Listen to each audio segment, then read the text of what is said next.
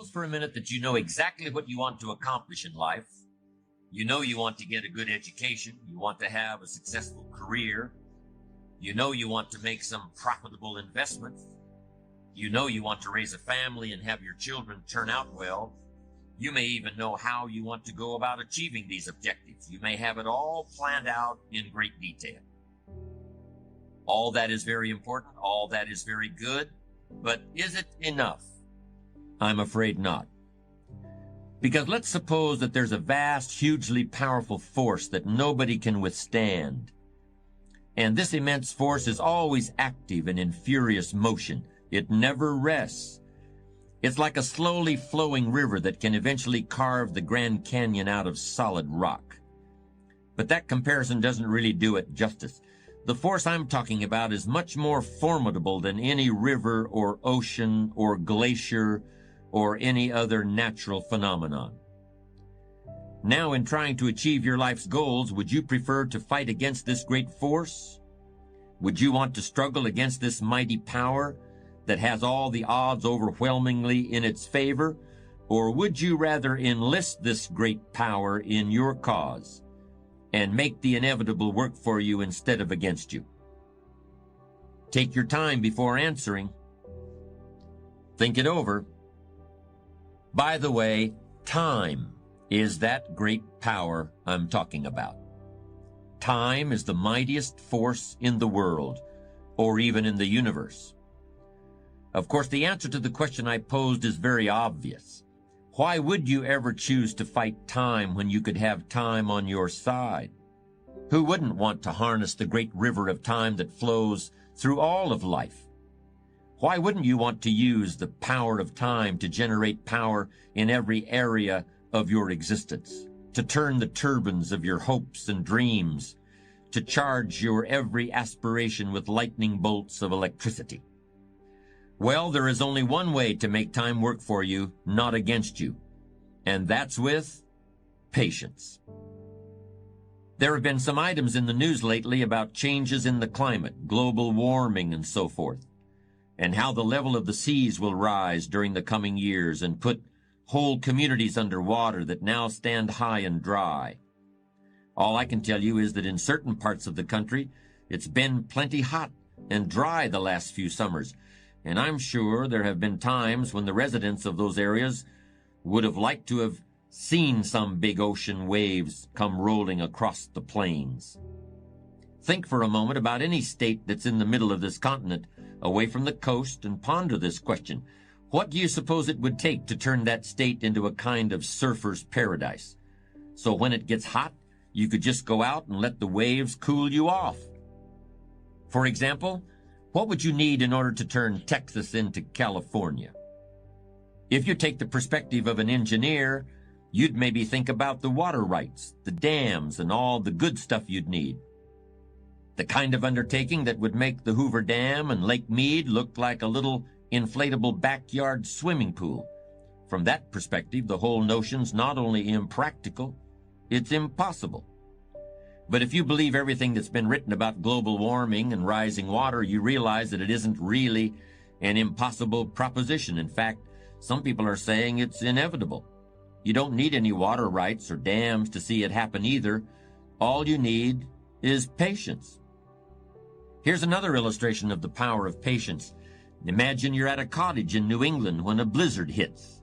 There's more snow in less time than any other winter on record. If you went to bed in the middle of this blizzard, you'd probably assume that when you got up, you'd have to shovel the drifts away from the front door just to get down the steps. You may even think about getting started on the work before you go to bed. But in this case, as it turns out, all that bedtime effort wouldn't have been necessary. Overnight, the wind keeps blowing, and while you sleep, it shifts around 180 degrees, so all the snow on your front porch is cleared away naturally. You don't have to knock yourself out with a shovel. You may be saving yourself from a stiff back or a heart attack, and all you had to do was wait. Patience. There's a type of person for whom everything is undertaken out of desire to achieve a goal. They prepare food in order to eat it, not just for the fun of being in the kitchen. They start a business in order to make money. They exercise in order to get in shape.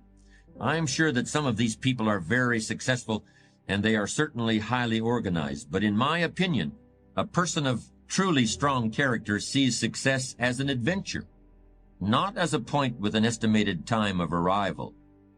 The latter approach to me is impatient thinking. Impatient thinking can lead a person into some very big mistakes. First of all, when you are always looking somewhere else, whether it's down the road or up toward the top of the mountain or off toward the left field fence, where you're hoping to hit that grand slam home run, when you're looking off in the distance like that, you often miss what's under your very own nose. That means the pleasure and fun of living which come in the here and now get overlooked for something that not only isn't here yet, but might never arrive. True patience is more than just a waiting game. Patience doesn't mean you sit around hoping for something to happen. Patience is not a passive quality. Sometimes patience can mean doing something else entirely, thinking about another venture, taking off in a different direction, while you give events a chance to run their course. All through his long career on the screen, John Wayne never felt he got the credit and recognition he deserved for his skills as an actor. Yes, his films were consistently successful at the box office, and even today, John Wayne is still the #1 favorite movie actor in the United States. But a big following among moviegoers didn't translate into critical esteem or the respect of his peers. That's what the Duke wanted, and he felt he deserved it too. Then in the last years of his life, he made a movie called True Grit, in which he played a drunken, one-eyed old U.S. Marshal named Rooster Cogburn. That portrayal got John Wayne the Oscar he'd been waiting 40 years for. It wasn't the kind of high and mighty hero role he'd played when he was young that finally got him his award, but it was a role that he'd waited for all his life, and he didn't even know it was coming.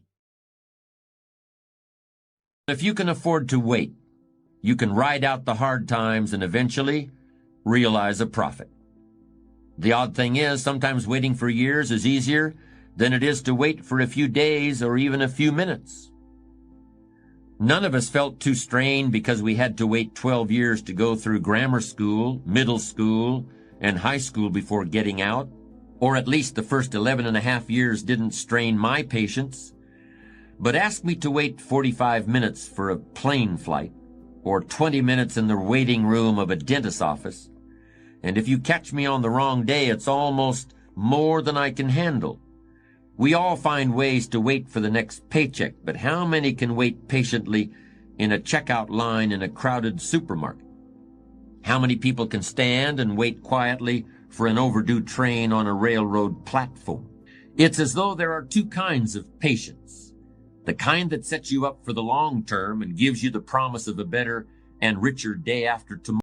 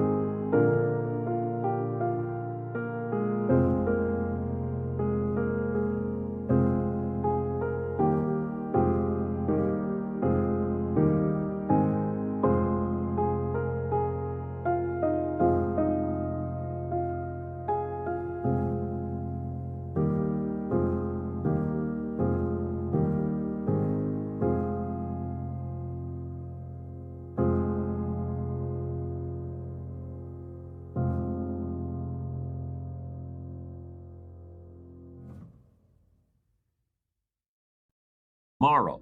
Then there's the other kind, the sort of patience that helps you remain sane and sociable while you're waiting in line or watching the clock or waiting for a pot of water to boil. These kinds of patience, so different and yet so much the same, meld into your character and have a fundamental effect on your physical constitution. Any doctor will tell you that it's better for you and everyone around you if you don't get exasperated with little things, if you don't fly off the handle at every annoyance and stick in your way. It keeps your blood pressure down and your friends and neighbors happy if you can greet life's little problems with equanimity and patience. Because almost all problems can be solved if only you take the time to see them and think them through. That's very easy to understand and it's very easy to say, but it takes strong character to put it into practice. I'm never sure what to think when people say, I want to make $1 million by the time I'm 40, or I want to retire by the age of 45. This combination of goals plus deadlines strikes me as short-sighted and maybe even a bit naive. It takes a worthwhile goal and subjects it to an imposed timetable. While you might have an idea of what $1 million would mean to you, or you might have really exciting plans for your life after you hang up the tie and business suit, I don't see how a person can reasonably expect to know who or what he will be or think or feel at some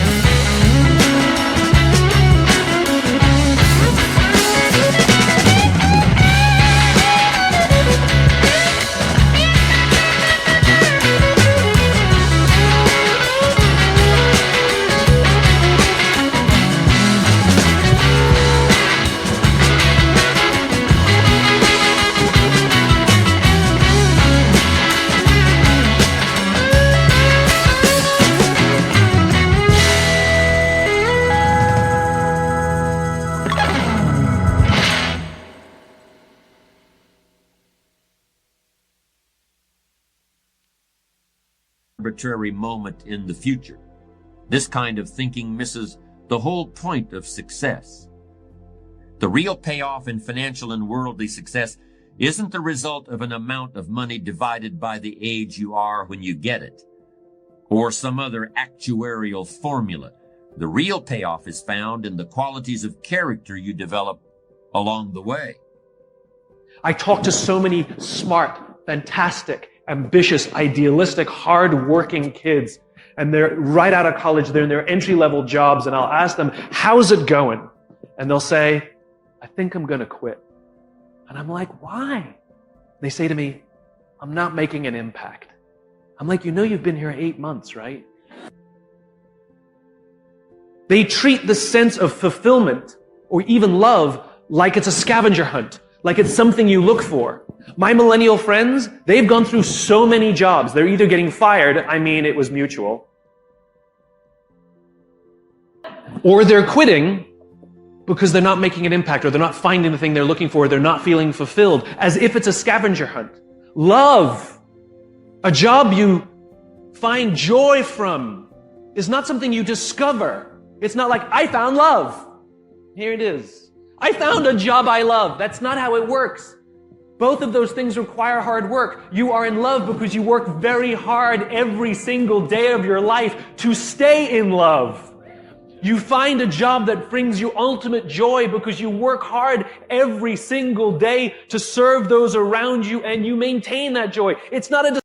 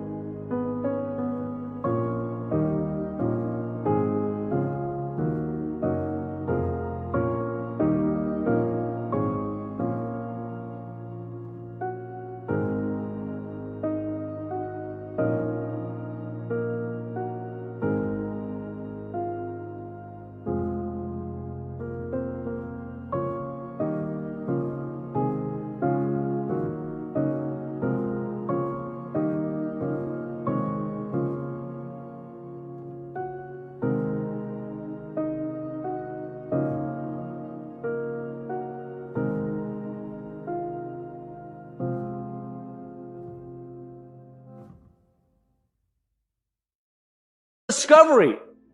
But the problem is this sense of impatience. It's as if an entire generation is standing at the foot of a mountain. They know exactly what they want. They can see the summit. What they can't see is the mountain. This large, immovable object. That doesn't mean you have to do your time. That's not what I'm talking about. Take a helicopter, climb, I don't care. But there's still a mountain. Life, career fulfillment, relationships are journeys.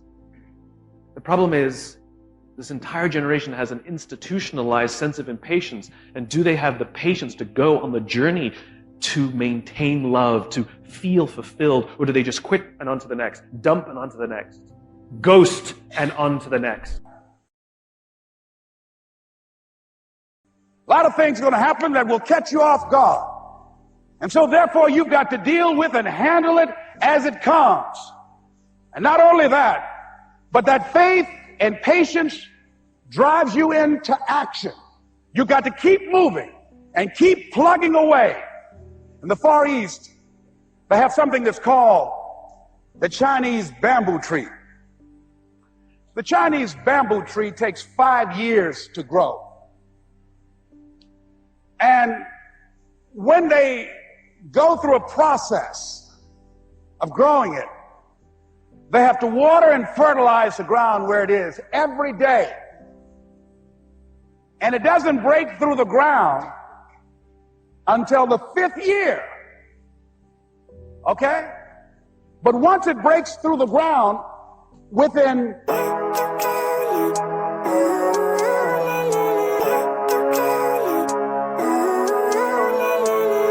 living life every day, late at night, not okay. All I want, and I pray, all I need are some better days. Fuck me, I'm looking in the mirror, so foggy, but I've never seen clearer. I don't really think anyone can save me, and honestly I'm not really sure I want saving. I like to be my own worst enemy. There's no risk if you don't try at anything, so I'ma just keep buying everything. See you in the next life, have to be a better me. I don't think that my head's on straight, gotta flip it and grip it and go and get an x-ray.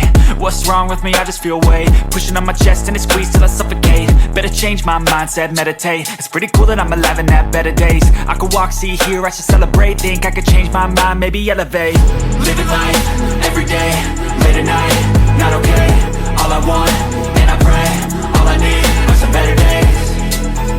Yeah, all I need are some better days. Cause all I want, and I pray, I believe in the better days. I'm kinda stuck between a rock and a hard place. Do I work hard or live at my pace? You're only young once, yeah that's all great, but I also want a future where I'm okay. Living life is doing lots of cocaine. Wait no, it's living with no shame. Wait no, it's sleeping in on Sundays. I guess it's different for each of us and that's okay. Well I just wanna be happy, how to get there? Glad that you asked me. I think it's different for everyone. Some of us need work, others need fun. Some of us need purpose to overcome. But try to do what you love when it's said and done. Cause there's so many differences in each of us. Trust your gut, it can show you what you want. Living life, every day, late at night, not okay. All I want, and I pray, all I need are some better days. Yeah, all I need are some better days. Cause all I want, and I pray, I believe in the better days. Living life, every day, late at night, not okay. All I want, and I pray, all I need are some better days. Yeah, all I need are some better days. Cause all I want, and I pray, I believe in the better days. 5 weeks, it grows 90 feet tall. Now the question is, does it grow 90 feet tall in 5 weeks or 5 years? The answer is obvious. It grows 90 feet tall in 5 years. Because at any time, had that person stopped watering and nurturing and fertilizing that dream, that bamboo tree would have died in the ground. And I can see people coming out talking to a guy out there watering and fertilizing the ground that's not showing anything. Hey, what you doing? You've been out here a long time, man. And the conversation in the neighborhood is, you growing a Chinese bamboo tree, is that right? Yeah, that's right. Well, even Ray Charles and Stevie Wonder can see ain't nothing showing. You know that's how people are going to do you? So how long you been working on this? How long have you been working on your dreams and you have nothing to show? This is all you got to show. People are going to do that to you. And some people, ladies and gentlemen, they stop because they don't see instant results. It doesn't happen quickly. They stop. Oh, no. You got to keep on watering your dream. And when it began to happen, they stopped laughing. They said, look, whoa, look here. Look how, hey, man, you know, I know you can do it. Look here, you got a job here?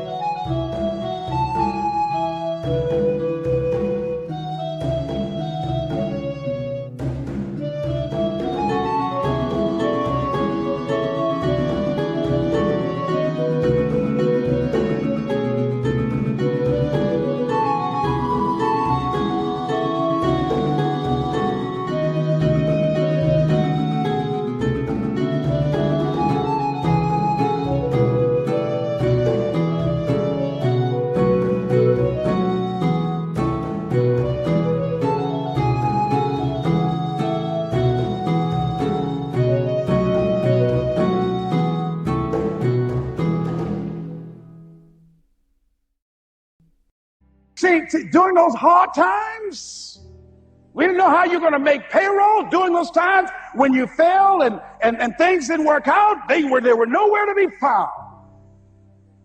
But you know what I discovered? When you're working at your dream, somebody said the harder the battle, the sweeter the victory. Oh, it's sweet to you. It's good to you. Why? See, when it's hard and there's a struggle, see, what you become in the process is more important than the dream. That's far more important. The kind of person you become, the character that you build, the courage that you develop, the faith that you're manifesting. Oh, it's something that you get up in the morning, you look yourself in the mirror, you're a different kind of person. You walk with a different kind of spirit. And people know that you know what life is, that you have embraced life.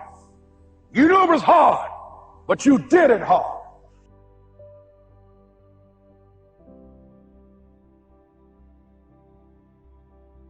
I'm very, very predicated on running a marathon in a world that I think is running a sprint. I think when we think about 2014 and when I think about the entrepreneurs in this room and marketers and the brands that I work with, we live in a world where people lack patience. We just don't have patience. And I promise you that if you're able to, whether it's financially or emotionally, put yourself in a position to have patience, you have a far better chance of succeeding. Your decision-making path becomes far clearer, and you build much more leverage to actually build wealth or work-life balance or legacy or whatever makes you tick.